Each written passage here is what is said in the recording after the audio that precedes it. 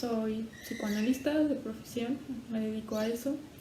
Me he dedicado también los últimos años además de la clínica, labores docentes, editoriales, diversas cuestiones.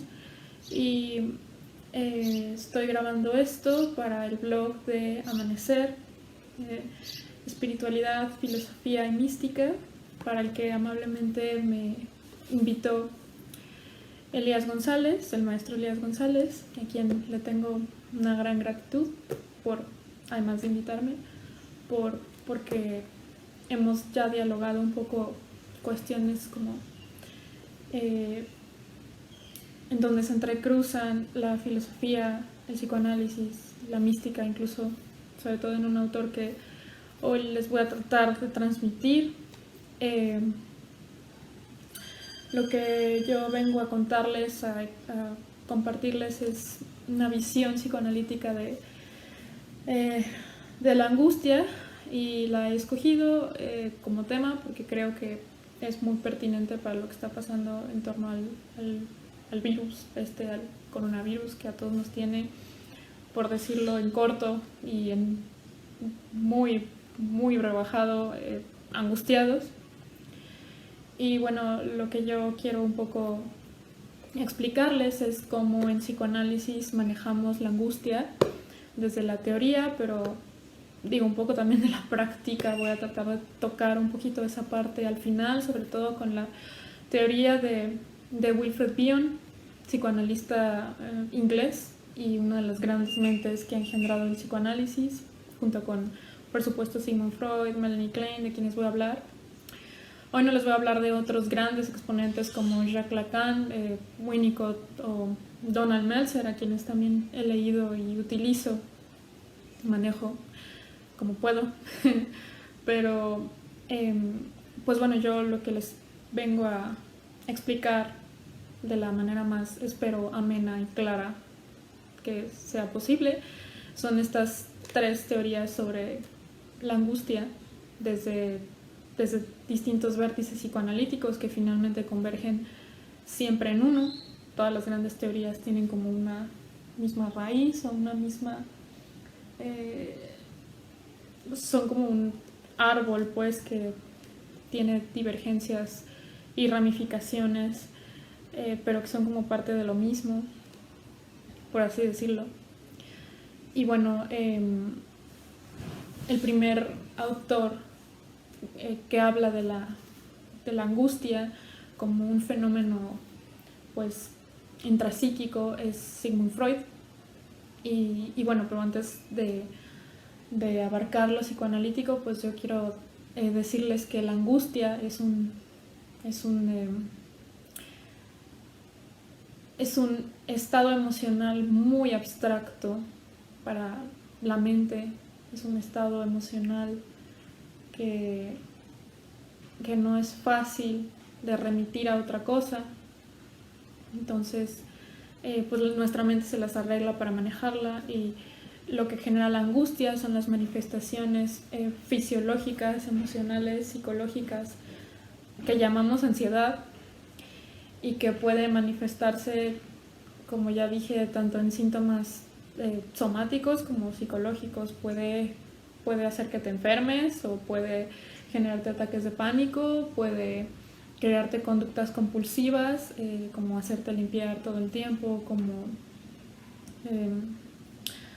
como ponerte a trabajar mucho, o estar como contactando siempre con personas, ¿no? Cualquier cosa, todos nos identificamos con eso, y sobre todo estos días, que nos aleja un poco de solo estar con nosotros mismos, ¿no?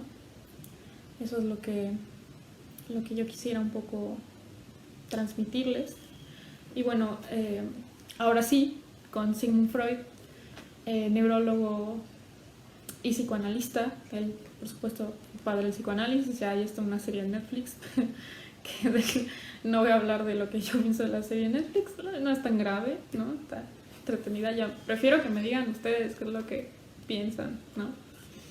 Como que siento que aquí nosotros los psicoanalistas tenemos que callarnos la boca y atención flotante y escuchar las asociaciones libres que genera esa serie, más que como imponerle un canon, ¿no? Lo mismo que con el coronavirus realmente, o sea, uno tiene que callar y esperar antes de hablar, uno tiene que elaborar cosas que uno no siempre ha elaborado de la mejor manera.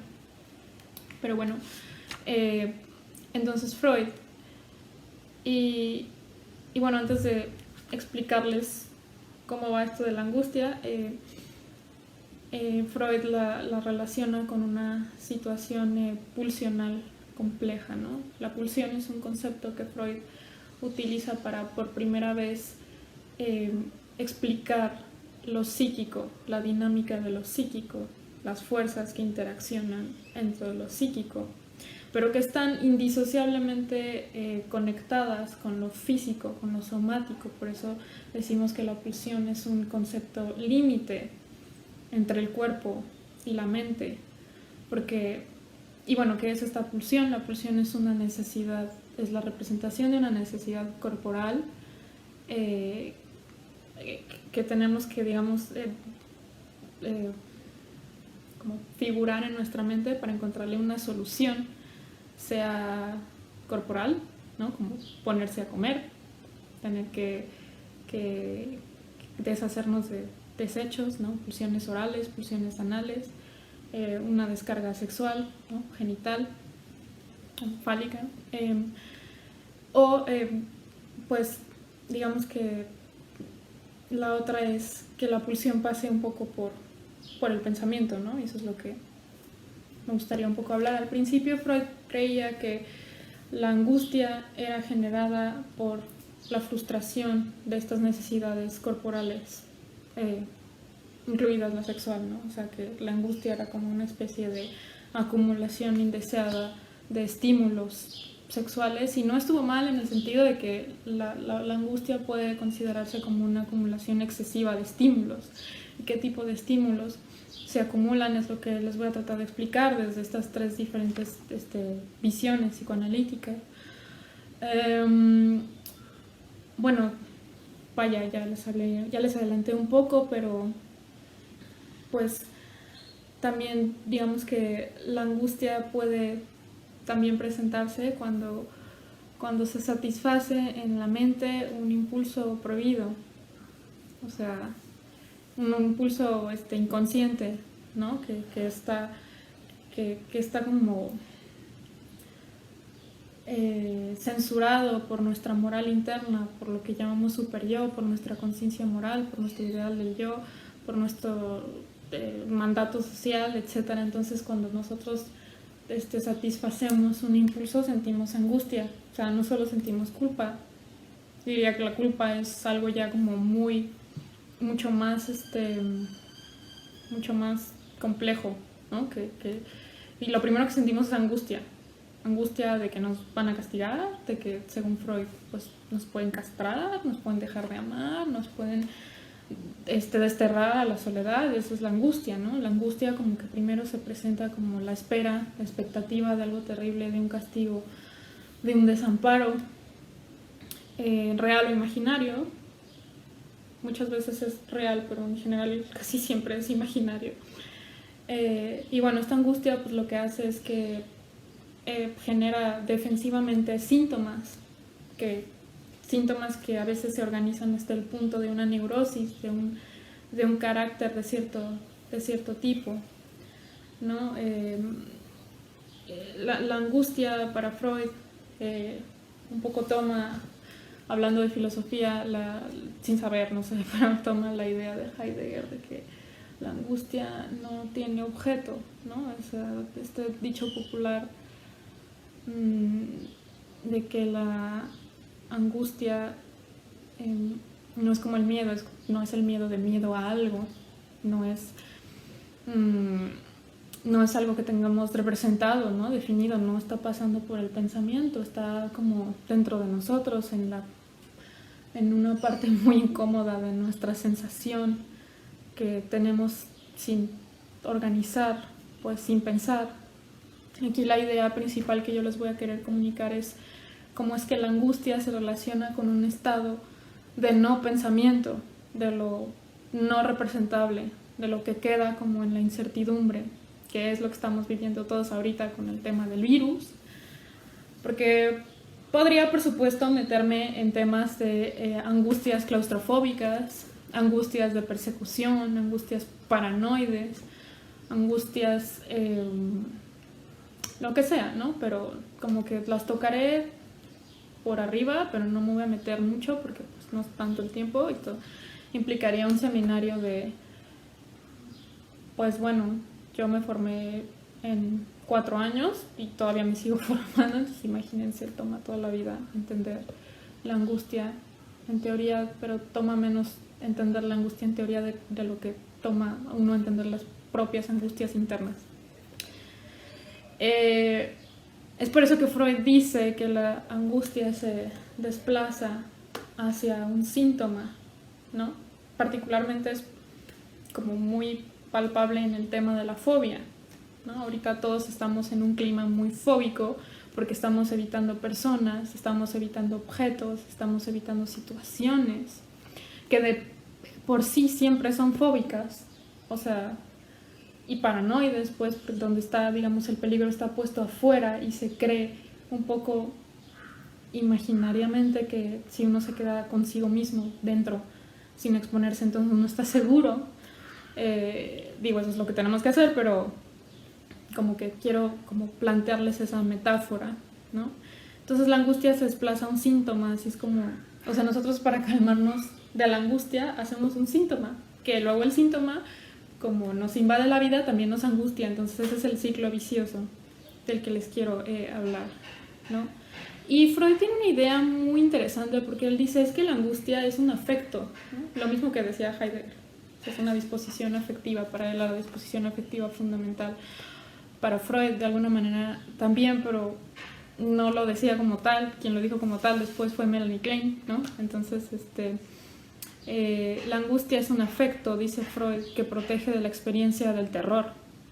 ¿Qué es el terror? El terror es el advenimiento de algo terrible, vaya la redundancia, que nunca nos ha pasado y que no sabemos qué nos puede pasar, ¿no? El terror es como todo para lo cual la mente nunca se ha preparado, ¿no? El terror a la muerte, el terror a la enfermedad, el terror a, no sé, cosas diferentes, ¿no? O sea, todo para lo cual nunca hemos vivido y no tenemos palabras ni acciones que lo resuelvan. Quiero hablarles de que si bien la angustia es esto como abstracto que normalmente no tiene objeto, normalmente se relaciona como con experiencias muy particulares. En psicoanálisis describimos fenomenológica y clínicamente muchos tipos de angustia. Las angustias más fuertes estudiadas por el psicoanálisis son, por supuesto, la angustia por el cumplimiento de un deseo prohibido, como ya les dije, un deseo prohibido para Freud, parricida, incestuoso, ¿no? O sea, matar al padre para quedarse con la madre, no tener, matar a los hermanos, fratricida, o igual desear a los hermanos, todo eso que está abordado en los tabúes, ¿no? Todo lo que prohíbe la sociedad, la satisfacción directa de las pulsiones primarias con los objetos primarios, eso es lo prohibido. O sea, nosotros necesitamos como ir derivando irnos satisfaciendo con diferentes objetos de nuestra vida, ¿no? O sea, no tomamos al padre, sino que tomamos a un amigo, a un amante, a una amiga, a un amante, para no satisfacer eso, ¿no? Endogámicamente, ¿no? Por supuesto que hay una varianza como cultural, pero en general, ¿no? Ese es como el tabú, todos lo conocemos, no todos lo aplicamos, pero ahí está. Hacer eso tiene consecuencias graves para la mente, ¿no? Sobre todo para la angustia, porque cumplir esos deseos están relacionados como con la angustia de castración, la angustia de castigo, ¿no?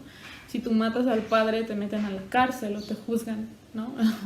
Si tú te quedas con tu madre, te sacas los ojos, ¿no? Como el tipo, o te vuelves loco, ¿no? Como el Nerón que asesinó a su madre y luego quedó perseguido por ella. Tendré más ejemplos, pero por ahora no. La segunda angustia es la angustia de castración, ya les dije, relacionada con la primera, relacionada con el castigo, relacionada con ser privado pues primero Freud lo planteó como, bueno, que te quiten el pene, ¿no? O sea, que seas castrado, literalmente, pierdas una parte de tu cuerpo, una parte de tu ser, algo. Después viene la angustia de separación, que es algo que de hecho no es, que Freud entendió gracias a un teórico, a Rank, ¿no? Rank, que escribió un libro que no fue como muy bienvenido entre los psicoanalistas, la angustia del nacimiento. Él decía que la primera angustia era el nacer, ¿no? O sea, el ser separado del cuerpo materno, ser arrojado al mundo. De nuevo, Heidegger aquí quizá lo estoy forzando un poco, pero es como para los que están más allegados a la filosofía medio entiendan de lo que estoy hablando. Esa angustia de separación crea desamparo, crea vacío, ¿no? Y bueno, finalmente la angustia más terrible, que está relacionada con los trastornos mentales más difíciles de tratar, ¿no? La angustia de fragmentación, que es la que describieron pues Melanie Klein, Bion, Meltzer y otros psicoanalistas postkleinianos, franceses, todo postfreudiano. La angustia de que la mente se deshace, de que la mente se viene abajo cuando ocurre algo catastrófico, ¿no? O sea, volverse loco en cierta manera. La angustia también se despierta freudianamente cuando nosotros faltamos a nuestros ideales del yo, o nuestro super yo falla, hace que la represión falle y un poco no salimos con la nuestra, con cosas que sabemos que no deberíamos salirnos con la nuestra. Entonces uno satisface un deseo y se gratifica, pero como que el yo se siente decepcionado del mismo, ¿no? Se siente inferior, se siente indigno. Yo no diría que está tan relacionado con la conciencia moral como creen, más bien diría que es como esta angustia de ya no ser amado, ya no ser un ser humano digno por las cosas que uno hizo, ¿no? Entonces ese tipo de angustia. Y bueno, quiero continuar con Melanie Klein.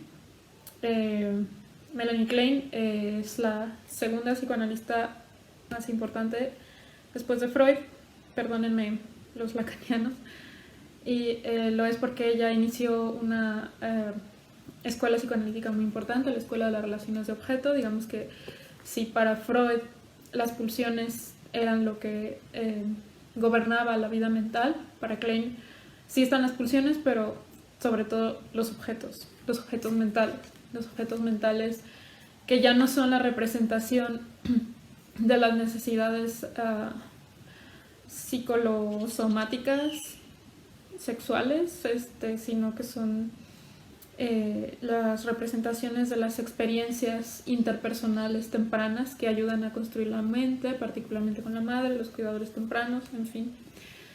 Y bueno, ¿qué tiene que ver con la angustia? Pues todo el modelo kleiniano parte de la angustia de muerte. Ella toma como punto de partida la pulsión de muerte de Freud, que es como esta cúmulo de como esta fuerza dentro de la mente que puede ser como agresiva, destructiva, pero que está indisociablemente relacionada con la otra, que es lo de la vida. No me voy a meter mucho en eso, pero quiero decirles que para Klein la angustia de muerte es como el motor principal en la mente, el motor del desarrollo, porque es lo que, digamos, se tiene que elaborar toda la vida. Y esto, ya ven lo que les contaba de Rank, pues digamos que esta sensación tan vulnerable y fuerte que es nacer se siente en la mente del infante todo el tiempo, y está originada por la separación mental y física del bebé, del cuerpo y de la mente de la madre, que es progresiva. La madre, con su cercanía y sus cuidados tempranos, ayuda a calmar y transformar esta angustia. El bebé todo el tiempo tiene que expulsar de su mente esta angustia, porque es un estímulo que hay que sacar, que necesita ser contenido, que necesita ser transformado, que necesita ser satisfecho y frustrado también, y que tiene que ver con las necesidades a las que la madre, de nuevo, necesidades físico-emocionales, de supervivencia, psicológicas, a las que la madre tiene que responder para pues, construir la mente del bebé, ¿no? Y hacerlo un ser más o menos independiente. Pero bueno, como sabemos, pues la madre no puede estar como todo el tiempo ahí con el bebé. Digamos que esté ahí todo el tiempo ahí con el bebé, pues genera como perturbaciones, ¿no? Intensifica las angustias, más que calmarlas, las intensifica bastante más. Entonces, pues tiene que haber una especie como de ritmo, de dinámica, de presencia y ausencia, y esa dialéctica que hay entre la presencia y la ausencia de la madre es lo que termina construyendo lo que conocemos como nuestro aparato psíquico. La ausencia de la madre provoca en el niño angustias persecutorias intensas, pero también su presencia, porque cuando la madre va hacia el niño y el niño tiene una sensación de terror, de angustia, y en lugar de ayudarle a contenerla y a metabolizarla, entonces ella le regresa como más angustia y agresión, porque queda identificada como con las propias angustias del niño, y entonces pues ahí digamos que se duplica, se intensifica la angustia inicial. Entonces pues es verdad que tanto la ausencia como la presencia pueden generar angustia, ¿no? El principal trabajo de la mente para Freud, a diferencia de Klein, es aprender a procesar las angustias primitivas que genera la separación, el hambre, el desamparo, la soledad, todo, ¿no? Están relacionadas, por supuesto, con esta sensación interna de muerte que proviene de la separación. Y bueno, para Klein la angustia en la mente tiene que ver más también con un nivel de agresión que ella llama voracidad y envidia dentro de la psique, cosa en la que no me voy a meter ahorita, pero esta agresión ella dice que es variable, o sea que es constitucional, que cada uno venimos como con una especie de monto distinto de agresión, de odio, de envidia, que no es lo mismo que agresión y odio, digamos. La envidia es una teoría compleja, pero es como la parte maligna de la mente que destruye lo bueno por ser bueno, ¿no? La persecución siempre es querer destruir lo malo por ser malo. Entonces es diferente cómo opera la agresión a cómo opera la envidia, si bien siempre están relacionadas.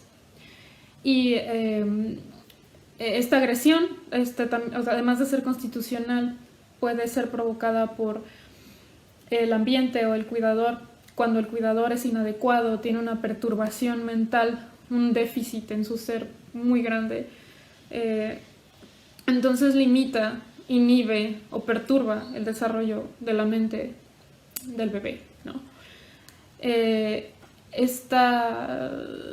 Digamos, ahorita que les hablaba de la persecución, quiero aclararles que la sensación de persecución tiene su origen en los mecanismos de defensa tempranos, proyectivos de descarga. ¿A qué me refiero con esto? Los mecanismos de defensa proyectivos y de descarga son lo que la mente necesita para su subsistencia, ¿no? Y bueno, Klein describe importantes mecanismos como el de la identificación proyectiva, que está muy relacionado con la posición esquizoparanoide. Me gustaría mucho meterme en la identificación proyectiva y en la posición esquizoparanoide, pero es como... Solo les puedo decir un par de cosas, más que nada por límites de tiempo de este video. Pero digamos que lo más importante para entender es que los mecanismos proyectivos de defensa tienen la función de proyectar toda la agresión, toda la necesidad, descarga la angustia en la mente de la madre.